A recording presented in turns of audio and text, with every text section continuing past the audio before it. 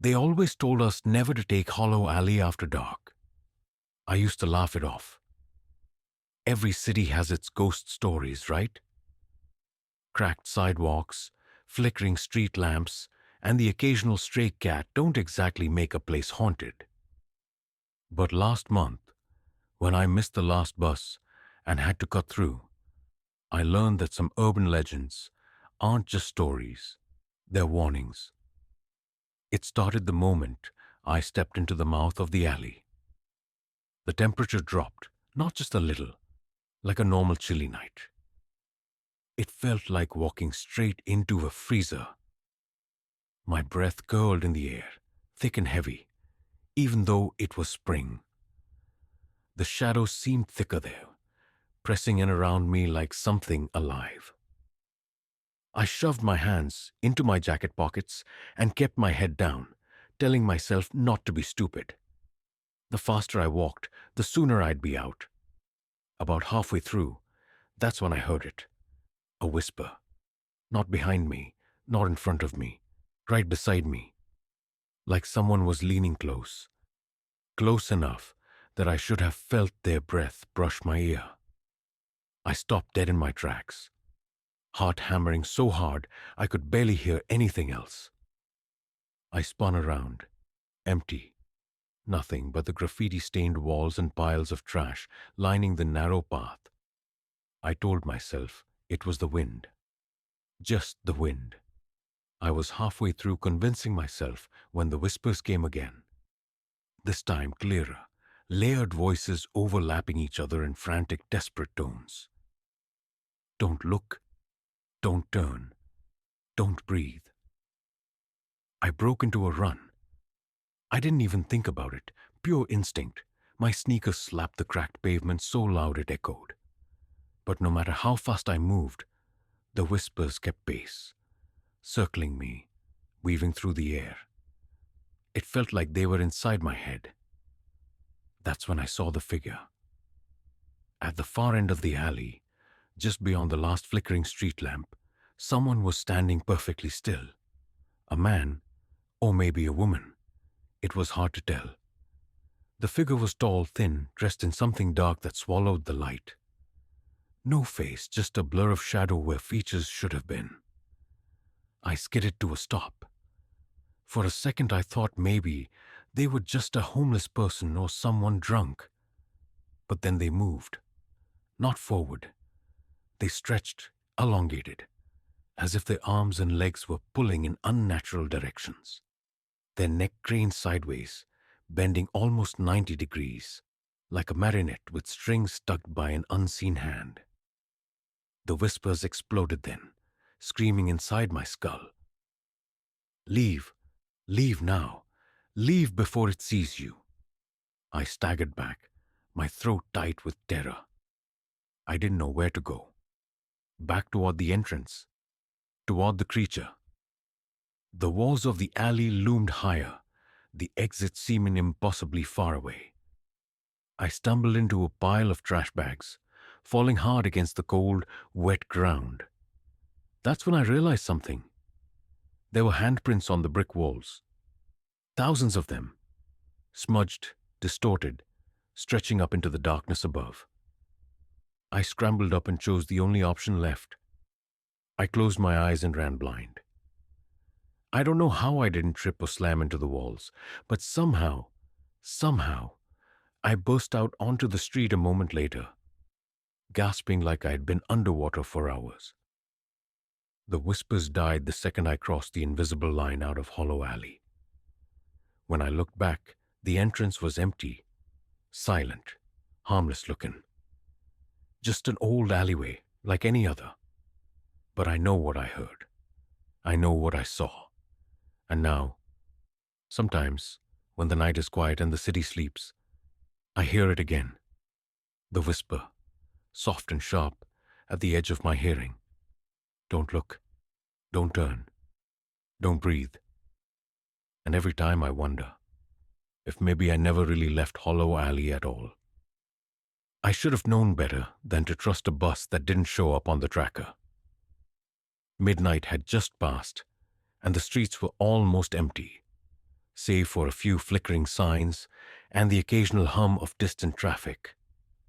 I stood at the corner of 6th and Delaney, staring at the dark screen of the bus stop display. No scheduled arrivals, no expected delays. Just a blank, silent void. But then, through the thick mist that had started to roll in from the river, I saw headlights. Two dim yellow orbs cutting through the fog, growing closer, the engine growling low and uneven. Relief flooded me. It had been a long night, and I just wanted to get home. As the bus pulled up, something immediately felt wrong. It wasn't one of the city's usual buses. No bright advertisements plastered on the side, no route number flashing above the windshield. It was an old model, maybe from the 70s or 80s, painted a dull, chipped gray that looked almost sickly under the streetlights. Still, I was cold, tired, and desperate. I climbed on, without thinking. The driver didn't say a word. He didn't even glance at me. His face was partially hidden beneath the brim of an old cap, and the little I could see looked almost waxy, like an unfinished mannequin. His hands, gripping the steering wheel, were pale and bony, the skin stretched too tight over the knuckles. I tapped my card against the reader. No beep, no flash of green or red. Just silence. I hesitated, looking around. The bus was almost empty, save for a few scattered passengers slumped in their seats. But there was something strange about them. Something that didn't click at first. None of them were moving. Not a twitch, not a shift in their seats. It was as if they were frozen in place, caught mid-breath. I picked a seat near the middle, trying not to look too hard at the others. Maybe they were just sleeping, I told myself. Maybe it was just exhaustion messing with my head. As the bus pulled away, I pressed my forehead against the cold window and watched the city slide by. Only, it wasn't the city I knew. The streets outside looked unfamiliar, distorted. Buildings stretched too high, leaning at impossible angles, their windows gaping open, like mouths. Streetlights flickered and buzzed, casting sickly green light over roads that twisted and knotted into themselves. I sat up straighter, my pulse quickening. I pulled out my phone, but the screen was dead. Not just no signal, completely black, like the battery had been drained dry. I turned to the driver, about to ask what was going on, but the words caught in my throat. Because when I looked up at the rearview mirror, I didn't see the driver's eyes. I saw mine, my own reflection, staring back at me, but wrong. The eyes were too wide, too dark, the mouth stretched into a silent scream. I bolted from my seat, stumbling toward the door. I slammed my hand against the stop button. Nothing happened. I shouted, begged, but the driver didn't react. The bus just kept going, deeper into the misty, broken city that wasn't mine. One of the passengers stirred then. A woman in a torn red dress, her head lolling unnaturally to the side. Her eyes snapped open, but they weren't human. Deep, endless black, like looking into a well with no bottom. She opened her mouth to speak, but instead of words, a low, wobbling hum filled the air, vibrating the walls of the bus. The others woke up too, one by one, each joining the horrible chorus. I stumbled backward, heart pounding in my ears, until I pressed against the emergency exit. I grabbed the handle and yanked, expecting resistance. But it gave way easily, too easily, and I tumbled out into the night. I hit the ground hard, rolling over cracked asphalt, the air knocked from my lungs. When I scrambled to my feet, the bus was still there, but not moving anymore. Just sitting, idling, the mist swirling around it like hungry fingers. I turned and ran. I didn't care where. I just needed to put distance between me and that thing. When I finally dared to look back, the bus was gone. No sound of an engine, no smell of exhaust, just empty street and dense fog. Eventually, after what felt like hours, I found my way back to a part of the city I recognized. Lights, normal streets, the distant bark of a dog, small signs of normal life that felt almost unreal after what I'd seen.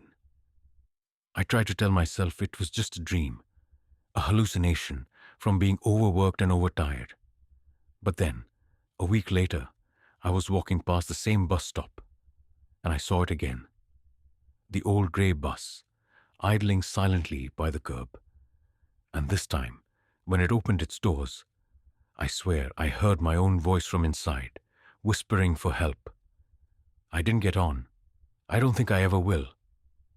But sometimes late at night, when I'm lying awake, I wonder if maybe one day it won't be a choice.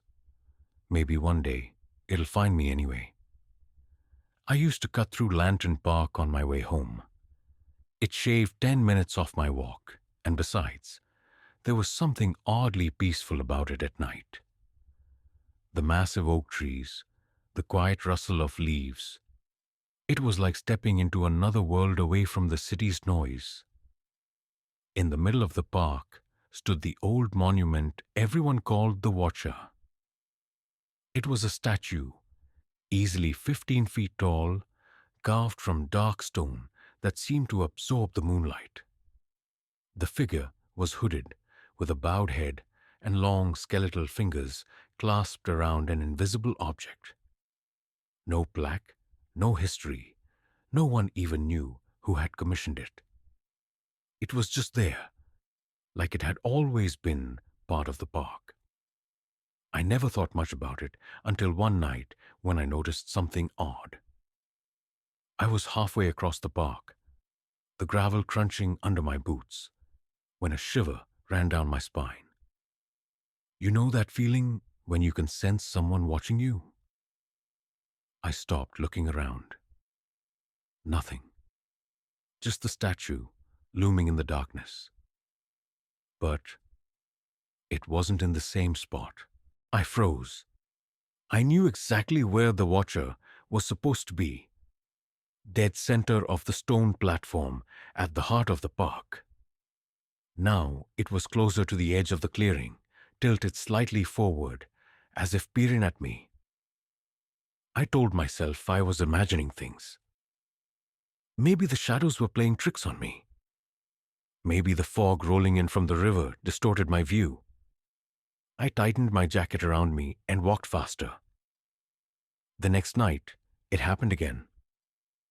Only this time, I saw it move. It was subtle. A twitch of the head, a slight turn of the body. The kind of movement you'd miss if you blinked, but I didn't blink. I stood rooted to the spot, watching as the hooded figure shifted, inch by inch, creeping toward the path I always took. The park, once peaceful, now felt alive, in the worst possible way. Every gust of wind sounded like whispering. Every scrape of leaves felt like footsteps closing in behind me. I turned on my heel and ran, not stopping until I reached the safety of the streetlights beyond the park's gate. For days, I avoided Lantern Park. Took the longer route home, paid extra for ride shares, anything to stay away. But that statue, it didn't forget. One night, I came home late after a shift, bone-tired and half asleep. As I fumbled with my keys at the door, I felt it again. That awful prickling sensation on the back of my neck. I turned around slowly. There, at the end of the block, just beyond the pool of light from the nearest street lamp, stood a figure. Still, silent. The Watcher. I stumbled inside, slamming the door behind me and locking it with shaking hands. My heart was racing so fast it hurt. I pressed my forehead against the wood, listening. Nothing. Hours passed before I dared to look out the window. The street was empty, no statue, no figure, just empty sidewalks and the buzz of a distant neon sign. I convinced myself it was a nightmare, a hallucination born from exhaustion. But the next morning, I found muddy footprints on my porch. Long skeletal prints that didn't match any shoe I'd ever seen. Sleep became impossible. Every creak of the house, every groan of the pipes sounded like footsteps approaching. I'd wake up drenched in sweat, convinced that if I opened my eyes, I'd find it standing at the foot of my bed. It wasn't just me either. I started hearing whispers around the neighborhood. Stories about pets going missing. About glimpses of a tall, dark figure peering through windows late at night. About the watcher leaving the park to find those who had seen it move. The final straw came one night when I woke to the sound of tapping. Soft, deliberate taps against the glass of my bedroom window, on the second floor. I laid there, paralyzed, heart slamming against my ribs. I didn't move. I didn't breathe. I squeezed my eyes shut and prayed it would go away. Morning came eventually. When I finally gathered the courage to open the curtains, I found smudged fingerprints on the glass. Long and thin, too high up for any person to have reached without a ladder. I packed my bags that afternoon and left the city. No forwarding address, no goodbye notes. I didn't tell anyone why, because deep down, I knew it wouldn't matter. Once you see the watcher move, it never stops looking for you. And no matter how far you run, eventually, you'll hear that tap, tap, tap at your window again.